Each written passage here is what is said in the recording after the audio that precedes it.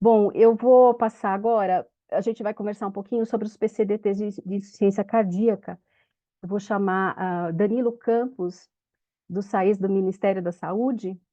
para falar um pouquinho como a implementação das atualizações do PCDT de insuficiência cardíaca permitirá melhorar desfechos cardiorrenais. Danilo Campos é fisioterapeuta de formação, tem uma vasta experiência no Ministério da Saúde, 2013, 2022, e aqui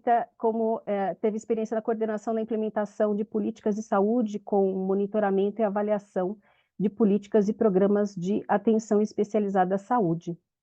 Como já disse, atualmente é coordenador geral da atenção especializada do Ministério da Saúde. Um prazer, muito obrigada por sua participação e o palco é seu. Boa tarde, tudo bom, Patrícia? Queria agradecer o convite, né, e de início já parabenizar mais uma vez o Fórum das CCNTs, né, em nome da Patrícia, do Mark Baroni, pela iniciativa. É um esforço muito louvável de trazer as condições crônicas para a discussão, e não só trazer, mas conseguir reunir uma gama de atores, né? A gente sabe que para discutir condições crônicas, doenças crônicas e tudo que está associado, a gente precisa de fato ter uma discussão intersetorial. Então, esse tipo de iniciativa, ele é muito importante para colocar diversos atores que estão em espaços diferentes, né, da nossa arena, da nossa sociedade, para que a gente consiga ter os diferentes pontos de vista, atribuições, responsabilidades para pensar a respeito dos desafios que estão dados, que estão postos. Então, sempre importante saudar e parabenizar a iniciativa do Fórum e dizer que para o Ministério da Saúde é uma satisfação estar aqui, tá? É nossa função, é nossa responsabilidade e a gente tem essa prioridade de retomar o diálogo com a sociedade, com os atores sociais, né? Na medida em que formos demandados, a gente precisa estar sempre à disposição para escutar, acolher, entender as dificuldades, entender que são todas legítimas e dialogar e mostrar um pouco do que a gente tem discutido, dialogado, do que a gente tem planejado e o que a gente pode trazer também de como a atenção especializada para o SUS a gente vem pensando, vemos discutindo e o que está na nossa esteira, né? Fui chamado aqui para falar um pouco sobre os PCDTs. Vou começar falando um pouco, né, reforçando de que não só para insuficiência cardíaca, né, mas para qualquer outra doença crônica, condição crônica não transmissível, os PCDTs eles são muito relevantes para poder orientar a nossa rede de profissionais, né, seja para orientar as condutas, as decisões clínicas, orientar os fluxos, né, com orientações seguras, efetivas, baseado em ciência, baseado em evidência. Então, ele é importante para orientar toda a rede de saúde, não só atenção primária, mas atenção especializada também, mas para que ele também consiga ajudar a direcionar os profissionais no encaminhamento adequado, quando é necessário encaminhar o paciente, para onde encaminhar, o que solicitar, enfim, o que prescrever, e que as atualizações, eu esqueci aqui, vou só colocar um timer aqui, tá, gente, para poder não me Pronto, desculpa, porque eu sei que o tempo ele é escasso aqui para a gente precisa preservar o debate. Então, coloquei um timer aqui para poder me ajudar, caso eu me empolgue demais. A missão não é fácil, de 5 minutos para a gente conseguir dar conta do que a gente gostaria de falar. Mas, voltando, a atualização dos PCDTs, a gente tem um PCDT de insuficiência cardíaca que vem de 2020 e não temos, né, sempre o planejamento aqui do Ministério da Saúde de revisar quando necessário, quando possível, né, seja na perspectiva de revisar aquilo que está dado, seja no sentido de incluir novas tecnologias que possam ser disponibilizadas no Sistema Único de Saúde para melhor tratar melhores evidências, com mais acurácia, com mais efetividade, com mais assertividade, as condições para que a gente consiga, sim, dentro do Sistema Único de Saúde, acompanhar a evolução tecnológica e disponibilizar novos medicamentos, novas tecnologias que possam sempre promover melhores desfechos, melhores resultados. Então, isso é importante, é necessário, isso vem sendo feito na medida do possível, mas queria destacar também que a revisão, né, dos PCDTs que aí estão, e tanto a revisão quanto a inclusão de novas tecnologias, isso é algo que é aberto para a sociedade. Tá? Então, a qualquer tempo, né, a Comissão Nacional de Incorporação de Tecnologias, do SUS, a Conitec, ela tem fluxos abertos para que a sociedade organizada, sociedade civil, possa apresentar a qualquer tempo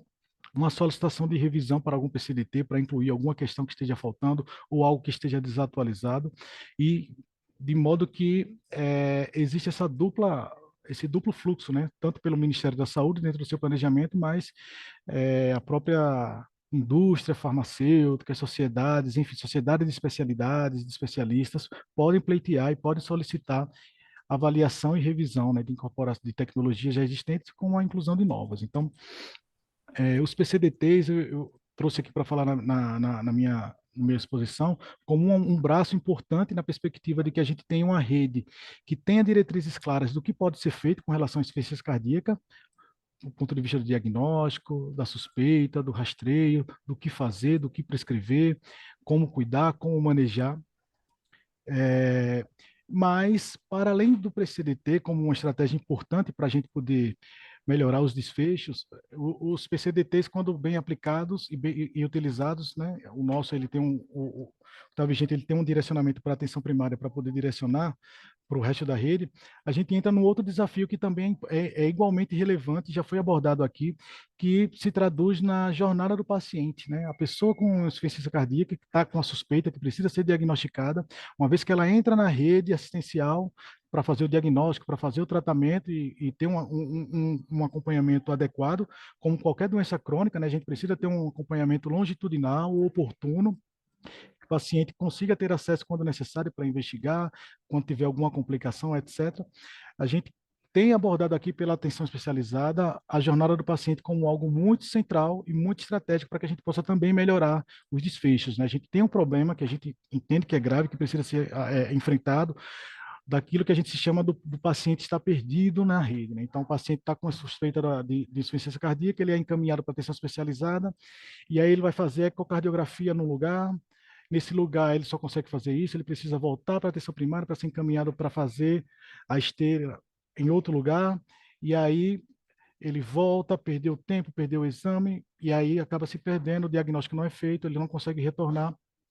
Então, nesse sentido, o Ministério ele publicou recentemente, né, a Política Nacional de Atenção Especializada, que ela traz diretrizes claras para organizar os serviços de média complexidade, que é um limbo de verdade no nosso regramento institucional de políticas e programas. A gente tem muita coisa para atenção básica, mas a gente, ao mesmo tempo, tem pouquíssima coisa de diretrizes de organização para os gestores e profissionais de saúde na atenção ambulatorial à saúde. Então, a Política Nacional de Atenção Especializada ela vem para suprir essa lacuna,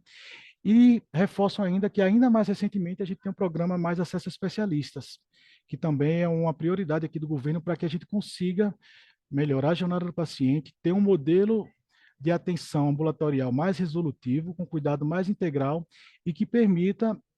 uma mudança de lógica no formato do direcionamento da remuneração, para que a gente saia um pouco da lógica de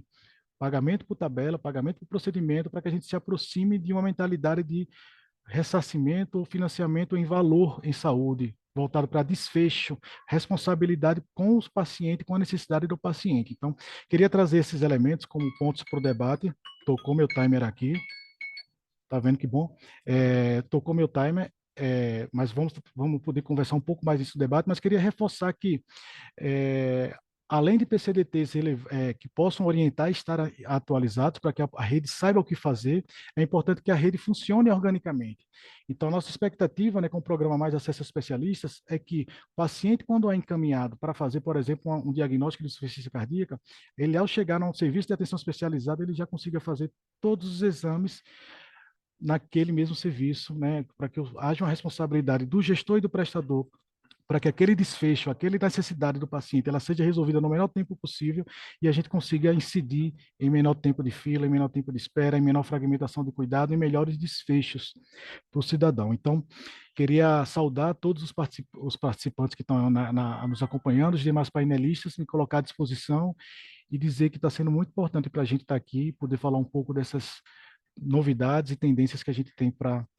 aprimorar a atenção especializada à saúde no cuidado da insuficiência cardíaca para que a gente possa ter melhores desfechos. Obrigado. Peço desculpas pelo tempo aí que eu passei um pouquinho.